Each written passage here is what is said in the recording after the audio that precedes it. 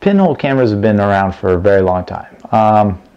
Some of the earliest cameras are essentially pinhole cameras, like camera obscuras and such, but they've been popular even up until current day, because they create images that tend to have a lot of character. Lens flare, you can get some weird distortions, there tend to be a long exposure time, shutter speed, and you kind of never know what you're going to get. So a lot of people really like that. They like the building the camera themselves and then going out and shooting pictures with it. So, and even today, people have taken that into the digital, thinking, oh, I can do the same thing, but with the digital camera, a little bit more convenient, don't have to do any chemical processing, because what you typically did is you took a box, you cut a hole in this one side, you taped some aluminum foil to it, punch a hole in it, normally painted the inside of the box black, and then on the back side you took some photo paper.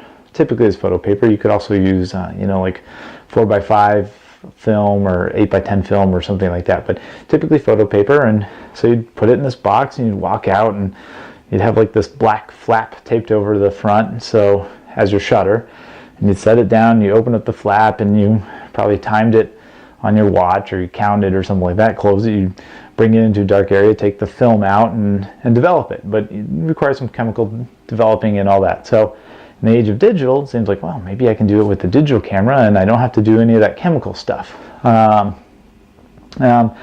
let me explain a little bit how a pinhole camera works. So basically, it's fairly descriptive. It's a hole that's the size of a pin, typically, usually punched in aluminum foil. And the reason you use aluminum foil is you want a medium that's very thin, but easy to punch a hole through. It's light tight.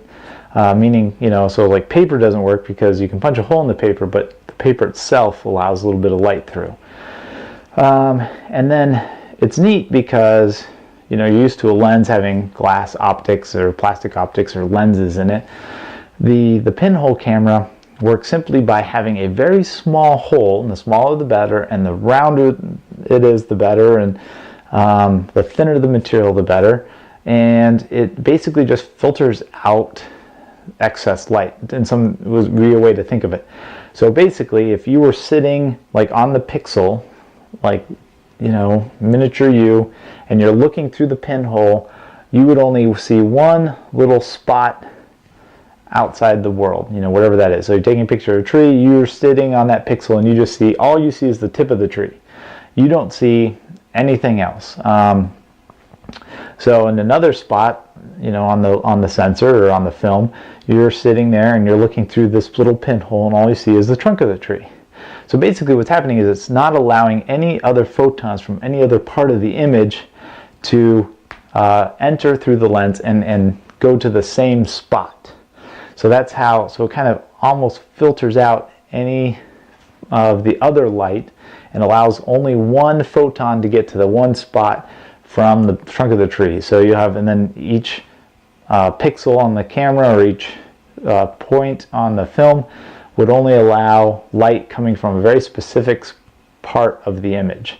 So you'll have pixels that are just seeing, points of the sky, the trunk, a branch, a leaf, and so that's how the pinhole camera works. I don't know if it makes sense to you guys, but that's essentially what it does. Now I thought, okay, I'm going to build my own, and I'm not the first. There's a lot of people who build these, and it's very easy. You can take a body cap from the camera, tape some aluminum foil to it, punch a hole, put it on the camera, go out and try to take some pictures.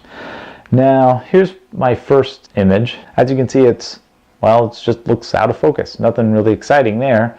A lot of people can take some out of focus photos without having to do any kind of pinhole stuff. So it's not really exciting. There's no character there. It just looks like a bad image. So I tried some other stuff. I poked 2 holes in just to see, and you can get like a double image, which is kind of neat, but it's still just 2 really out of focus double images, and they're so faded you can't really tell what's going on. So I was thinking, well, how do I get the character that I used to get with old pinhole cameras? And I thought, well, one thing that was neat is that you had this border. So like the image projected onto the medium, the film, was smaller than the film plane. So you'd see like an irregular border around the outside. And I thought, well, if I can get the pinhole a little closer, then hey, that would probably do the trick. It seemed like a good idea, but I realized with my cameras that doesn't really work. There's a mirror inside the camera of the DSLR that pops up. So it's down, the image comes in, reflects off into the viewfinder, so you can look through the lens. Now, so you can't bring that the pinhole in too far because you're going to start interfering with the lens or the mirror. So then I had an idea, well, what if I used a mirrorless camera? So they have those now. They're fairly common. Pretty much every brand, it seems like, has one now. A friend of mine has a Sony Alpha 7 and I got to use his. So I just used some paper and kind of was able to bring the pinhole in a little closer, and I started getting images like this. I think that there's some possibility there. Now, obviously, I didn't play with it for very long. This is, you know, kind of over half an hour's worth of time, building it, going out, taking some test images, and was able to get these. I think I could center it a little bit better. I could probably make the pinhole a little cleaner. Another way to do it, so typically you use aluminum foil. That's because it's easy. It's not necessarily the best, because what happens is when you puncture the aluminum foil, it kind of flares out on the back side, and that distorts the image. So another way you could do it is you can get take like a tin can, sorry, not a tin can, but an aluminum can, punch a hole through that, and then sand the back side, so you have a really you don't have any distortion out the back. The only problem is, you can get a larger hole. Another option is to try to find something that's really small. It's really something that I've seen. Earbuds, for instance, have like a metal mesh in the inside. Perhaps those, if you obscure all of them except for one hole, that might be a much smaller, better option. And I think there's possibilities. So in my experience, playing with it, it seems like if you're going to want to get into it, if you have a mirrorless camera available, try that.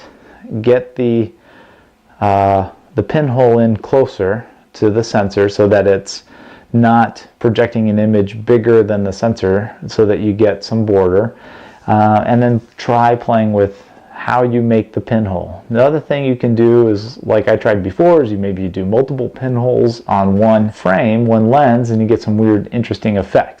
So I don't think the technology is dead, but I do think that it's not quite as cool as some of the images used to get with the film side. But I do think that there's room for people to tinker with it if you really kind of catches your fancy, that this might be something fun to do. So I hope this helps a little bit with the kind of explaining what a pinhole camera is, maybe how you might be able to build one yourself, and what maybe a direction of innovation. All right. So if you like this video, please give me a thumbs up. If you want to see more videos about photography, please subscribe, and thank you very much.